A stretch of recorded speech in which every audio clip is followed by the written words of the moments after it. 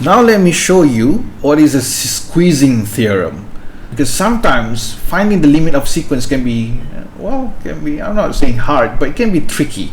Let's say there are three sequences. Let's call them A sub n, the sequence of B sub n, and C sub n. So let those three be sequences such that you know for all values of n, okay, this sequence is going to be less than B sequence, less than this one. And for every sequence, for all values of n, for the sequence B sub n, it's going to be less than all values of n for sequence C sub n. Okay, let's say we can find that. We want to find this sequence of this here, B sub n. Let's say we know that the sequence of A sub n has a limit of L, and the sequence of C sub n has also the limit L. Okay, then by this sandwich here, by squeezing this, because we know the limit of this one is this is the limit of this as n approaches positive infinity, okay, is L, and the limit of sequence A sub n as n goes to positive infinity is also L. Then we can be very sure that the limit of this in the middle is also L. Okay, so what we're saying is, if we know the limit of this and the limit of this, right, the two sequences that are sandwiching this B sub n, we squeeze that, then we know that the limit of sequence B sub n as n goes to infinity is also L.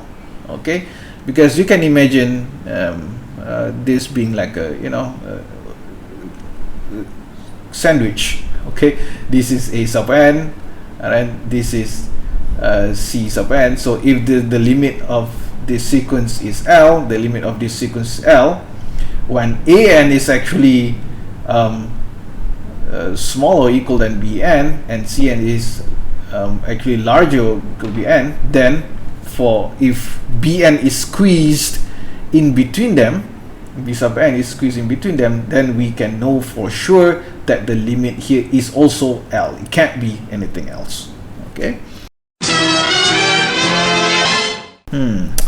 Let's say we want to find the limit of let's pick let's say n factorial divided by n to the power of n. What's the limit of this function here? Okay, first we need to understand what this function actually is. So if I can represent this in terms of the patterns, so this sequence is actually let's say 1 factorial is 1 to the power of 1 is 1, so 2 factorial means 2 times 1 divided by 2 to the power of 2, so 2 times 2. Okay, the third term is 3 factorial, which means 3 times 2 times 1, and then down here 3 to the power of 3, that means 3, we multiply 3 times, and then the fourth term will be, if you can see the pattern already, oops, sorry, this is 3, let me be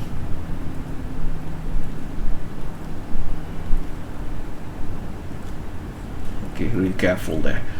This is 4 times, okay, so on and so forth. So we know that it's going to look like this until infinity times that, 5 times 5 times 5 times 5 times 5. So if you have n term, it will be like n times n minus 1 times n minus 2 until 3 times 2 times 1.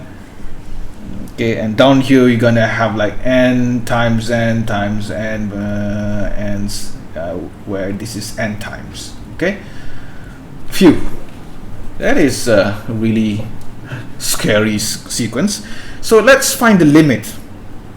So first and foremost, because like I said, you know, squeezing theorem can be used to for us to try to find the limit. Okay, so let's name this sequence here. Okay, let's name this b sub n. Okay, and we are going to find the sequence a sub n, which is going to be smaller than b sub n for all values of n, and we're going to find the sequence c sub n, which is we know that is going to be larger or equal than b sub n for all values of n. So how do we find this so that we can apply the squeezing theorem? We would say that let's say c sub n, okay, this is 1 over n. I think this for every values of 1 over n is going to be bigger than each of this term. Let's see. Let's check. Okay, so first term will be 1 over 1 of course, and then 1 over 2.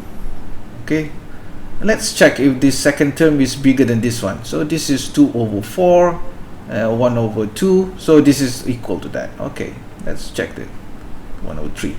So this is 3 times 2 is 6. 6 divided by 3 times 3 times 3 is 27.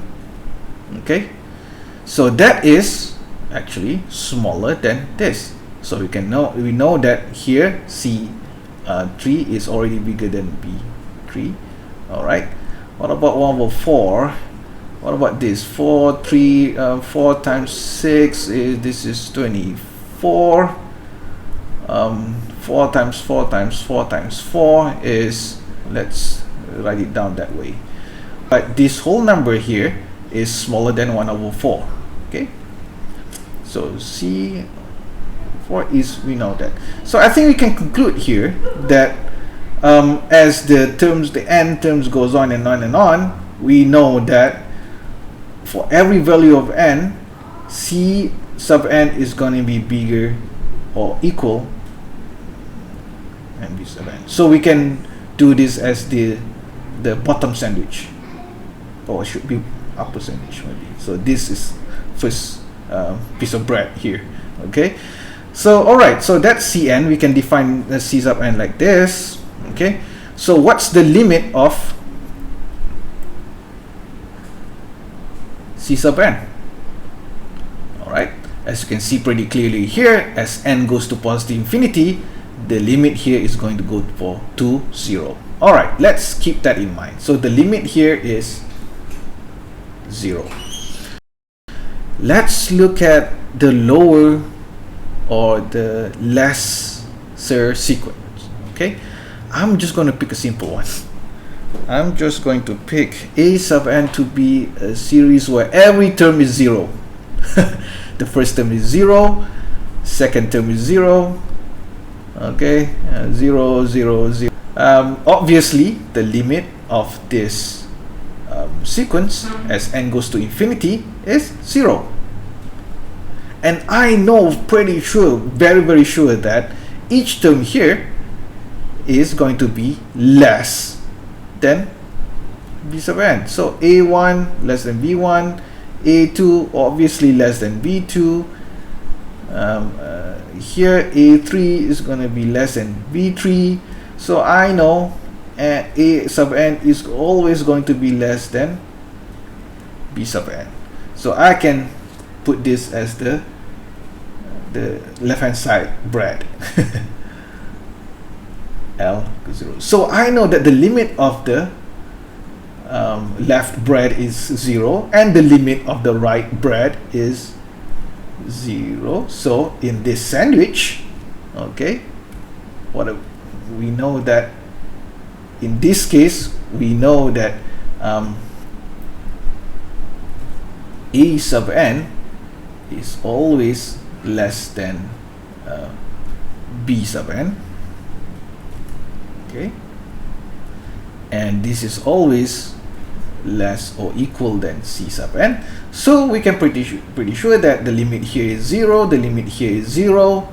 So therefore, we know that the limit here is also 0. We can conclude that,